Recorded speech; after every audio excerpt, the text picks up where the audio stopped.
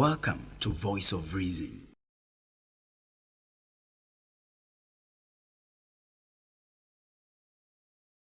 Good afternoon, everybody, and welcome to this special interview session with the Director General of the Development Agenda for Western Nigeria Commission, the Don Commission. I wouldn't know if I should call him a chief or maybe a minister would do, is Mr. Seye Oyeleye, courtesy of Voice of Reason.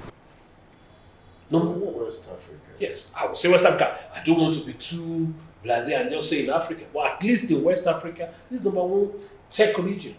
A lot of our boys are doing several things in tech.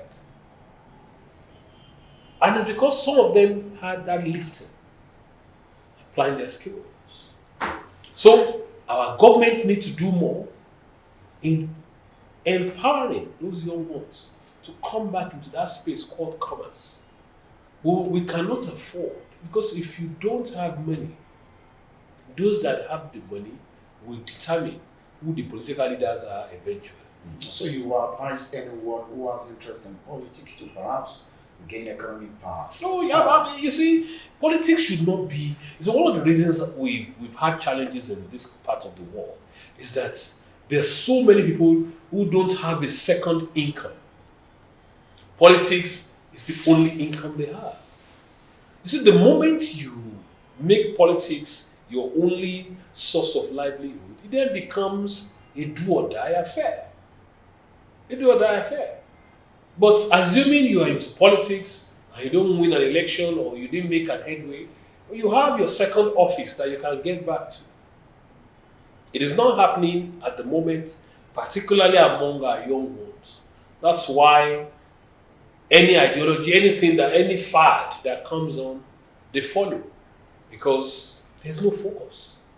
And you see, it's only when you are economically empowered that you can have focus.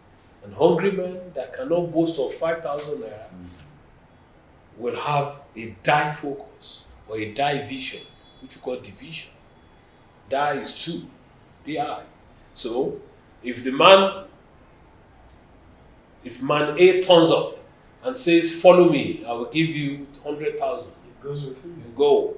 On the way, man B turns up and said, "Don't go, I will give you 300,000." He switches.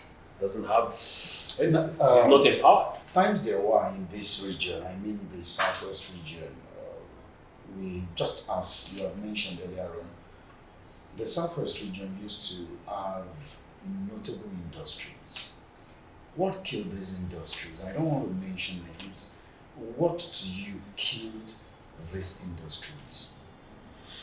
Well, as I said, the world changed. And for some, they were too late in innovating. They were too late in catching up with the changes. Then, obviously, for some of us who can remember, we had some strange economic policies in the mid-80s. SAP, Structural Adjustment Program, under the government of President Ibrahim Babangida of those days. With that SAP program, what it meant was suddenly to even manufacture your shoe at home was becoming less attractive because it was cheaper to import from China. So because our policies, we were not as futuristic as the Awolowas and the Aketolas of this world. What suddenly happened was that we had governments who came in and they were so short-term. They took decisions, they took permanent decisions based on the temporary situation they were facing. And nobody does that. So when Babangida brought in SAP in 1985, there could have been, in fact, I remember we were young then, but I remember there were different debates of how to go about restructuring the economy of the country. But they looked for the easiest option, and that easiest option meant we started killing our local industries.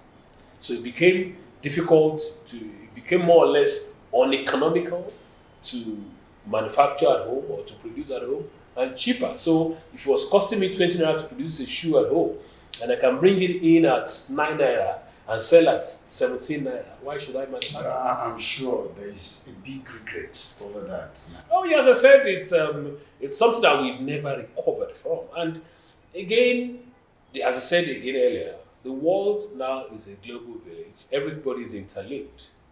And when you talk of the industries that's happened in the Western region down to Western states, that how did they all collapse? It's because, as I said, strange economic policies and the failure at some point for us to even quickly adapt to the changes that was happening before our very own eyes. So I mean, it's not a matter of blaming one governor in the southwest or that, oh, maybe they didn't do this or that. The economic climate was no longer conducive. What was agriculture like before independence? We seated here in Cocoa House. What a magnificent building. It was said to have been built with proceeds from cocoa. What was it like? What is it today? In the past, again, we'll keep using them as the reference point. The government of Aolo, then Akintola taking over later, they were deliberate in their policies on education, health, agric. We read part of the papers that they went as far as Israel to go and study how farm settlements worked in those days. And they came back home to replicate farm settlements. It was from those farm settlements that our agriculture exploded. I read in one of our papers that as early as 1958, 57, 58, when Chief Jonathan Odebi, who was then the Secretary for Agriculture, was giving his yearly report at the Western State House of Assembly. I remember that very well. I wasn't there, I read it. He reported that in the preceding year, 1956, Western region sold £6 million worth of cotton as at to UK. £6 million worth of cotton was sold to UK. And you're thinking, okay, how did they do that? Because they were deliberate with their Greek policies of those days. We had no other source of income. It was agriculture. So mines were concentrated. So we were exporting rubber from this area. Cocoa was, this is Cocoa House. It just didn't get the name Cocoa House. It was even started as Ilé Àwọn Àgbẹ̀. Name it. We weren't importing beans. We had our own beans. We had our own cattle ranches. Suddenly, oil boom came, and gradually people left the farms and faced the oil boom, which some have now termed as oil doom. But coming back to present today, I will say that it is fashionable for people to say, oh, what are your governments doing about agriculture? They're not doing anything. They're not doing. It's not true. And that would be unfair to the governments who are making deliberate efforts to create that enabling environment. We must understand that the world has moved away from the Awolowo era.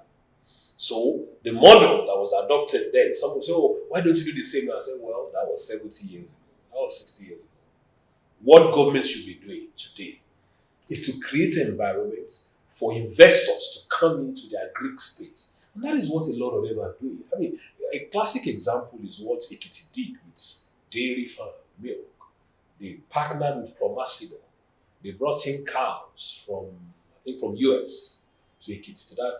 The dairy farm in Ekiti was an old dairy farm. It's not new, but they resuscitated it with the help of the private sector.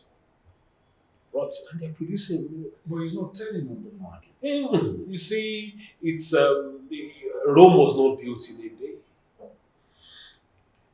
We have states today that if you want to farm, Ogun State, if you want to farm and you go there and you request for land, they've made the process very simple. Just recently, I facilitated somebody who did 10 acres, introduced them, in the space of 3 weeks, they allocated the land for farming. That's the role of government. Recently, you had Lagos State, they're building a 32-ton power rice mill. Farmers are going to be the ones who will plant the paddy and take the rice there. Again, Lagos has handed over the rice mill to a private sector player who will be the ones to manage it.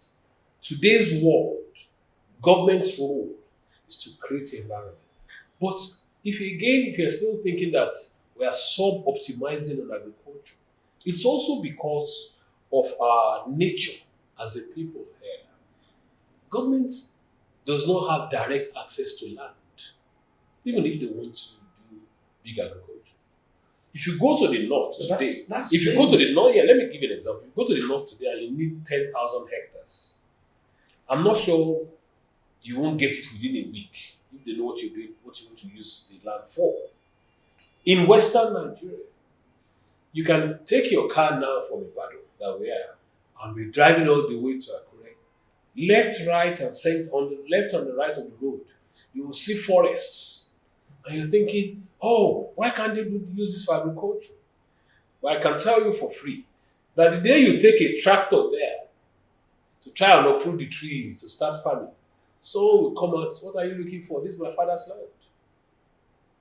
Our attachment to land here is making it extremely difficult as well. So, what governments are trying to do here is to be extremely creative with the little land that they have. Recently, again, let me give you an example because it's agriculture and it's a key thing and it's a question that people keep asking. Recently, Ondo State partnered with a private sector player and they are planting about 3,000 or 4,000 hectares of palm oil. Which means that when that thing matures, again, Ondo will go back to being the palm oil belt. Again, they partnered the private sector. So we are seeing these green shoots here and there. It's fashionable to say that, oh, if the North refuses to bring food, we will starve. It's not true. It's just the saying, everybody says that. We have our own tomatoes. We can feed ourselves if push comes to shove. So it's not that we are totally useless in agriculture. It wasn't like this in the past. But I can tell you that governments in the southwest today are becoming if Lagos can be getting involved in agriculture, Lagos, you can imagine the extent to which other states are also getting involved. Governor Seye Oyeleye here in Oyo State has made a lot of giant strides in trying to resuscitate the farm settlements. Just about 2 weeks ago or less, we were in the Seye, where a lady commissioned the first sorbitol factory in the whole of Africa, the second in the world. Sorbitol is gotten from cassava. She situated the industry in Ado, Hawaii, right next to the cassava, which is the cassava belt. So all the cassava being planted in that area, she's the one consuming it. That is what we will be expecting to see more of it in Western Nigeria. Farming is gone past hoe and cutlass. Farming is now an entirely fashionable industry where the young ones too are getting involved. I know young farmers under 35 who are controlling 5,000, 7,000 hectares of land today. We have farmers here who are one of the major suppliers of cassava to the manufacturers of the noodles that we all eat. They are all here in Western Nigeria. So it's not all doom and gloom. It's because maybe we don't see it.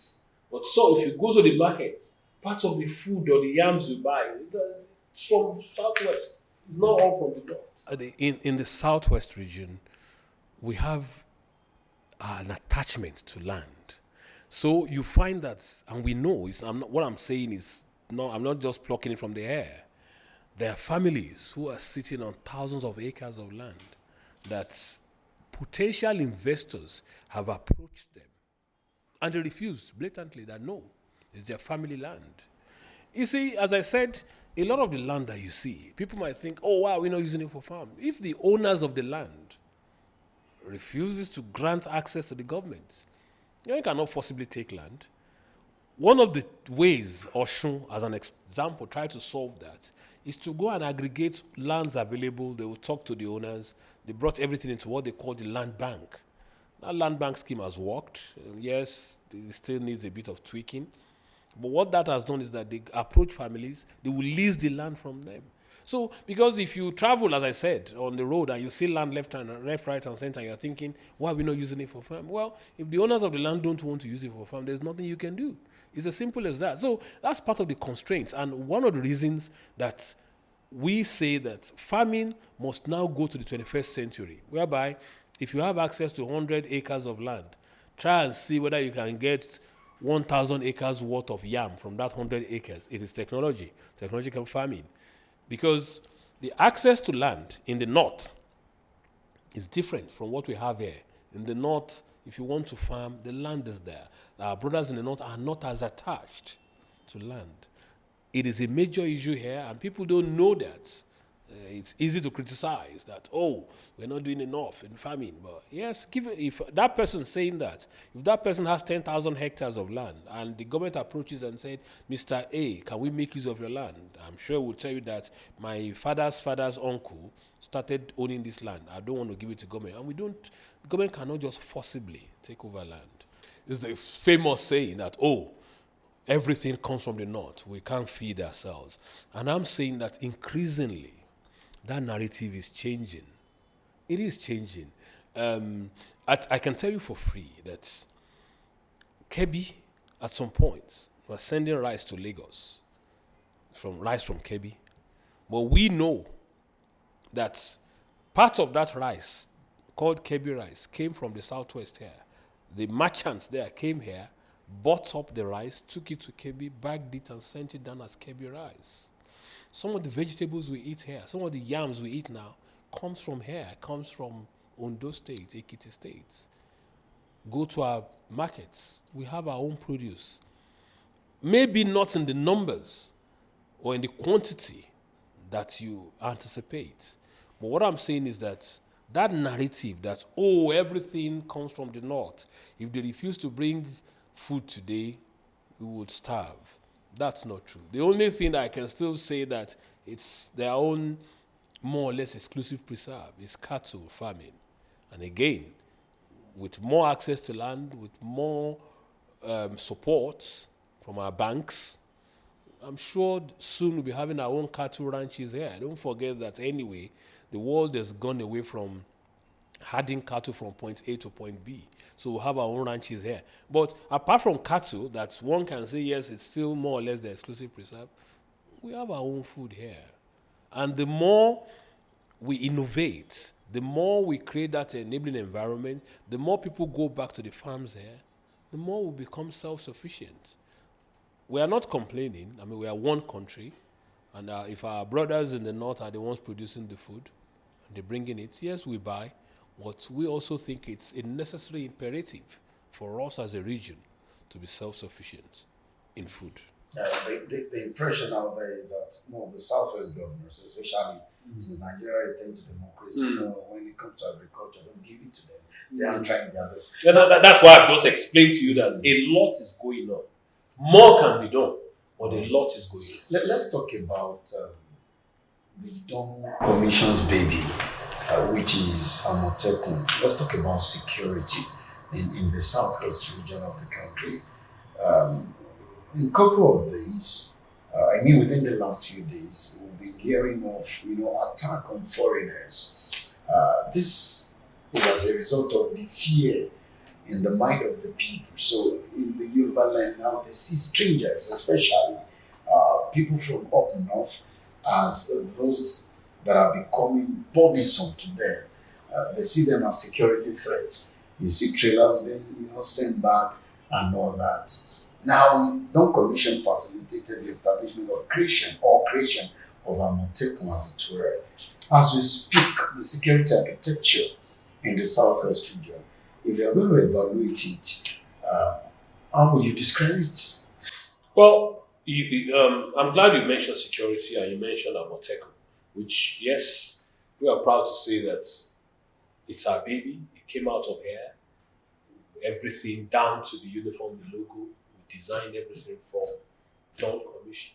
And our states, we are mandated by our states to think of how they could solve the security challenges. And we came up with that. And in all the states, apart from Lagos, Amotekun is there. You might say, why not Lagos? Lagos has something akin to it already. The neighborhood watch. So is Amotekun operating. is not needed. Well, in the real sense, they don't have the Amotekun that we all know. But going back to why we even have Amotekun in the first place, you see, there can be no development without security. And the primary duty of a sitting governor is to protect lives and property. That's why they are called chief security officers of their respective domains or respective states. And in creating Amotekun, Western Nigeria Security Network, the idea is, look, we were drifting at some point, 2018, 2017. We realized that our way of life was about to be altered if nothing was done. People were afraid to move from point A to point B in Western Nigeria. And we've always been very proud of the fact that this is the safest region in Nigeria. And as I said earlier, we have no right to remain the safest region if we don't work at it. So it's part of the work to ensure that we retain that envious position as the safest region that gave back to Amotekun. And unfortunately, yes, heightened security challenges that we are facing as a country. So what has been happening is, you mentioned that Amotekun were intercepting foreigners. No, I don't call them foreigners. No. You see, number one, our constitution guarantees free movement of goods and people. But we are in strange times, we must admit. And because of what has happened here and there, our security people had to be on high alert. So if they see a truck conveying 200 people, it's only normal as a security conscious region to stop that truck and find out what the purpose of moving 200 people hidden in trucks, what the purpose is for. But the North is not happy with that. Well, but unfortunately, you cannot be too careful when it comes to security. They've intercepted some trucks, interrogated the people and found nothing incriminating and let them go. At the same light, they've intercepted some trucks and found dangerous weapons, AK-47s. It is not normal to be moving cows, human beings, and AK-47s. It has to be something sinister. Because I'm sure you don't need the AK-47s to kill the cows. So why are you moving that? So it's unfortunate. And I read somewhere that, yes, our northern brothers are a bit upset. But we have to appeal to them to understand that these are anomic times. Times that are not usual, strange times. And we have to do everything possible to ensure that incidents like Owo massacre is not repeated again in this region. I'm not saying that those being intercepted are the ones that perpetrated the Owo massacre. But as I said, with security, you can never be over careful. And that is what our Amotekun that was created to complement the efforts of the police. It is not a state army or anything. They're just working as another security arm. And don't forget that this is a federal country. And in a federal country anyway, security cannot just be cannot be the sole purview of the federal government. We are living a lie if we think that Nigerian police force alone, which was established so many years ago, will still adopt the same model of an IG in Abuja, wanting to know or control the security of Dugbe, or security of Ijaniki, or security of Ilesha. It doesn't work that way. Effective security has to be from the bottom up. And the reason Amotekun is recording successes today is because the local people, they've owned it, they see it as their own. They get intelligence. People tell them things. That's how you can have effective security. So we can only appeal to those who are upset that people are being stopped, even in advanced countries. Look, I can tell you for free that if a truck is moving 200 people in the UK, the police will stop that truck. They want to find out where the 200 people are going to. We've had people trucks move immigrants or migrants in Europe from country A to country B, and they are stopped. Where are you going? So I won't say we are not. I'm going to apologize for that. We're only, but we will appeal to them to understand that these are strange times. Amotekun has been a success, and we are glad that we are part of that story. And it can only get better. The people we are facing today, the type of crime we are facing, demands that Amotekun needs to be better equipped. The Amotekun we have today, they are not at the level that we expect with equipment-wise. But we'll get there. We'll get there. And technology too will be adopted to ensure that this region, so whether you are Efik, Ibibiu, Igala, Ijo, Jukun, or Hausa or Fulani, as long as you live in this region called Western Nigeria, your lives and property will be guaranteed. That is what Amotekun is for. It's not just for the Yoruba Island. And also a big thank you to you, Seye Oyeleye, for your time on the program this afternoon. I've been talking to the Director General of the Development Agenda for Western Nigeria Commission, the DON Commission. It's been an interesting time with you. Thank you so much. It's my pleasure. It's our expectation that all the suggestions he has made will be put to use, and of course, the solutions that he has provided will also be considered by relevant authorities. Till I come your way, I remain Wapo on Monday. See you next time.